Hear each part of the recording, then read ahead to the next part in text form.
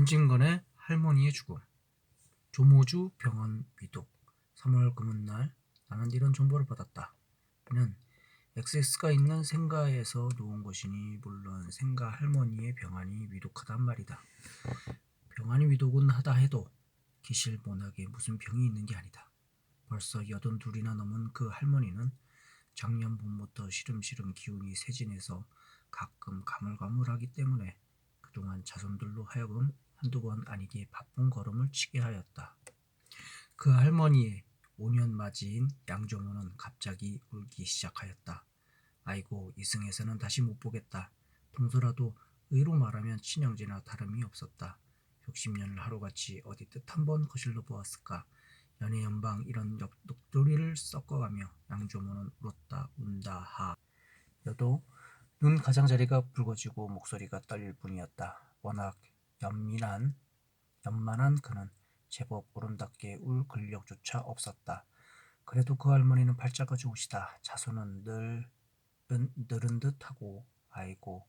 끝으로 이런 말을 하며 울음이 한숨으로 변하였다.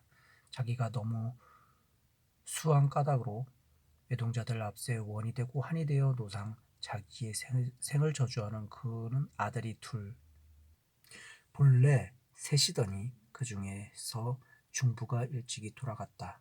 직손자가 8이나 되는 그 할머니를 언제든지 부러워하였다.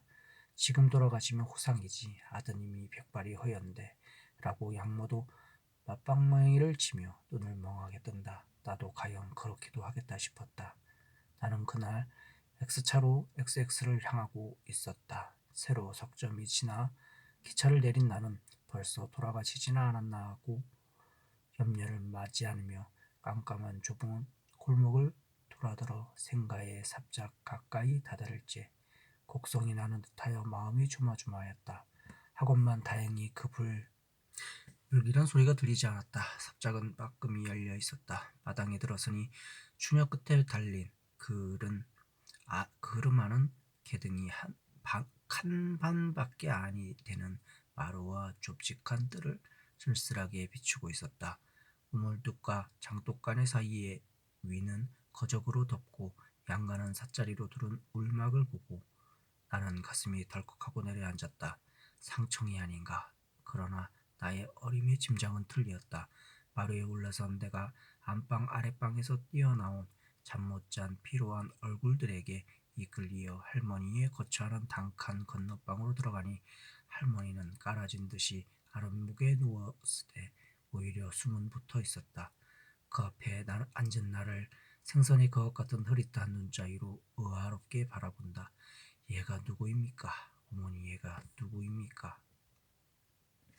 이한이씨로 예절알기와 효성있기로 집안 중에 유명한 중모는 나를 가리키며 병자히 기대고 부르짖었다. 몰라? 환자는 담이 그르렁그르렁 하면서 귀찮은 듯이 대꾸하였다. 제가 누구입니까, 할머니? 나는 그 검버섯이 어렁어렁한 뼈만 남은 손을 만지며 물어보았다. 나의 손에는 떨렸다. 저를 모르시겠습니까? 제가 영영이 아닙니까?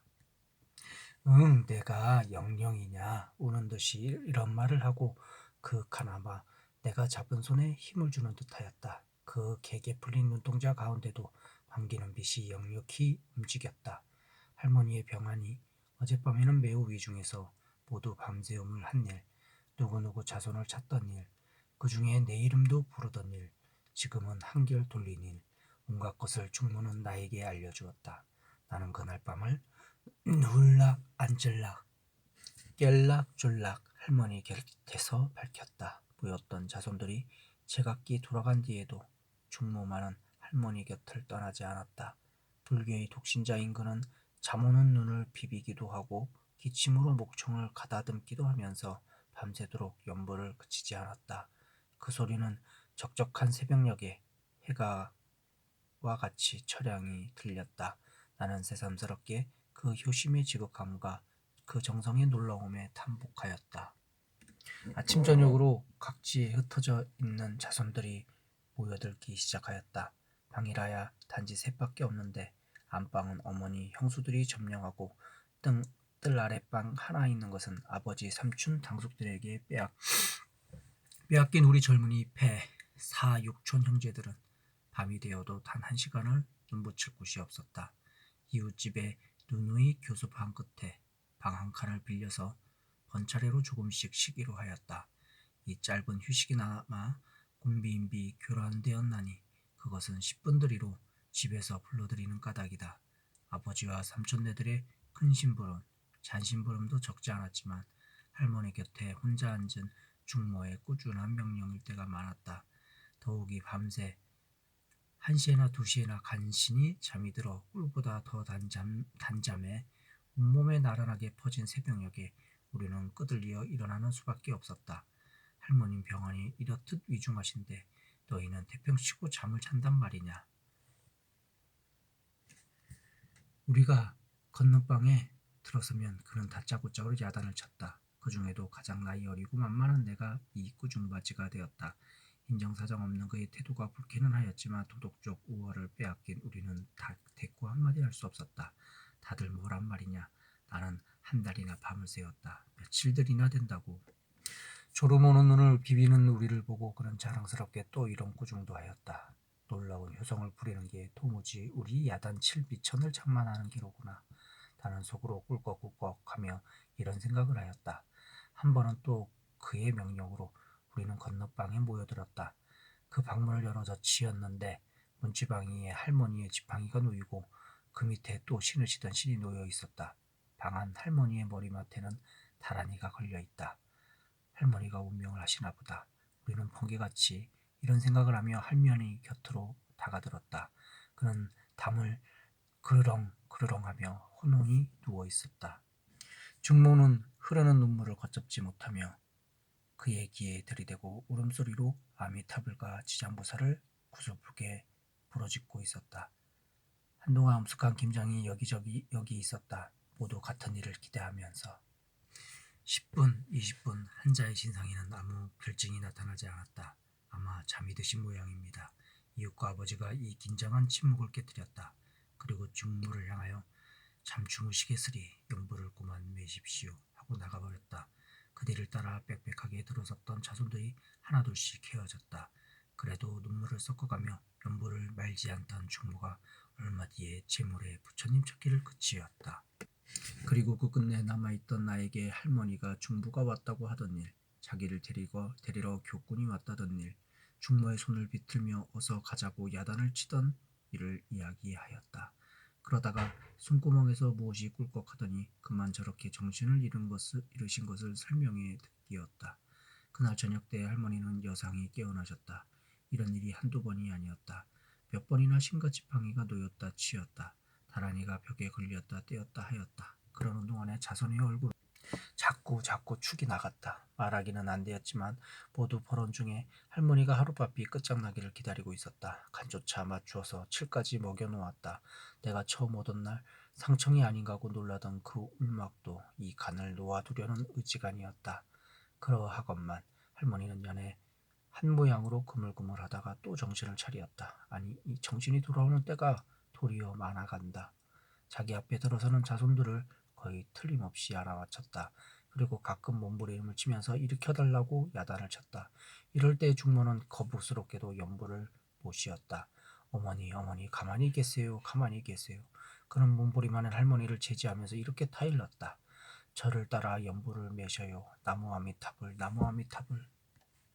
나 일어날란다. 에그 왜 그러세요. 가만히 계세요. 제발 덕분에 나무 아미타불 나무 아미타불 나무 아미타불 나무 아미타불. 할머니는 마지못하여 중모를 따라 2번 입술을 달싹달싹 하더니 또 얼굴을 찡그리며 애원하는 어조로 이제 그만 매시고 날 좀 일으켜다고. 네 이제 그만 가련다. 인제 가세요. 가만히 누워 가시죠. 왜 일어나시긴. 나무 아미타불 왕생극락 나무 아미타불. 할머니는 귀찮아 못 견디겠다는 듯이 팔을 내저으며 듣기 싫다. 연불소리 듣기 싫다. 이제 그만해라 하며 몸을 일으키려고 애를 쓴다. 그게 무슨 말씀입니까? 중모는 질색을 하며 더욱 비장하게 부처님을 찾았다. 듣기 싫다 듣기 싫어. 나는 그만 갈 테야. 할머니는 또 이렇게 재우쳤다. 나는 이 광경을 보고 저기 의외의 감이 있었다. 할머니는 중모보다 못하지 않은 불교의 독신자이다. 몇십 년을 하루같이 새벽마다 만수양을 켜놓고 연불 모시기를 잊지 않은 어른이다. 정신이 혼돈된 뒤에도 염주 담은 상자와 만수양만은 일일이 아랑곳 하던 어른이다. 하루에도 만수양을 세갑네갑 켜시겠지. 금방 사다 드리면 세 개씩 네 개씩 당장 다 켜버리시고 또 안 사온다고 꾸중이시구나. 작년가을 내가 기성하였을 때 계모가 웃으며 할머니의 노망 이야기를 하는 가운데 만수양 켜는 것을 그 하나로 헤아렸다. 그러하던 할머니가 왜 지금 와서 연불을 듣기 싫다는가? 그다지 할머니는 일어나고 싶으신가? 죽어가면서도 일어나려는 이 본능 앞에는 모든 것이 권위를 잃는 것인가? 저렇게 일어나시려니 좀 일으켜드리지요. 나는 보다 못해 이런 말을 하였다. 안 된다. 일으켜드릴 수가 없다. 하도 저러시길래 한번 일으켜드렸더니 어떻게 아파하시는지 차마 배울 수가 없었다. 어째 그래요? 나는 이렇게 반문하였다. 이 반문에 대한 중모의 설명은 더욱 놀라운 것이었다. 할머니가 작년 봄부터 밝은 정신을 잃은 결과 늙은이가 어린애 된다고 뒤를 가리지 않게 되었다. 게다가 이 두어 달 전부터 뿔을 자꾸 청에 잡수시고 오세고 요 바닥에 함부로 뒤를 보았다. 그것을 얼른 빨아들이지 못한 때문에 재물에 뭉켜지고 말라붙은 데다가 뜨거운 불목에 대이어 궁둥이 언저리가 모두 벗겨졌다. 그러므로 일어나려면 그것이 당기고 박이어 아파하는 것이라 한다.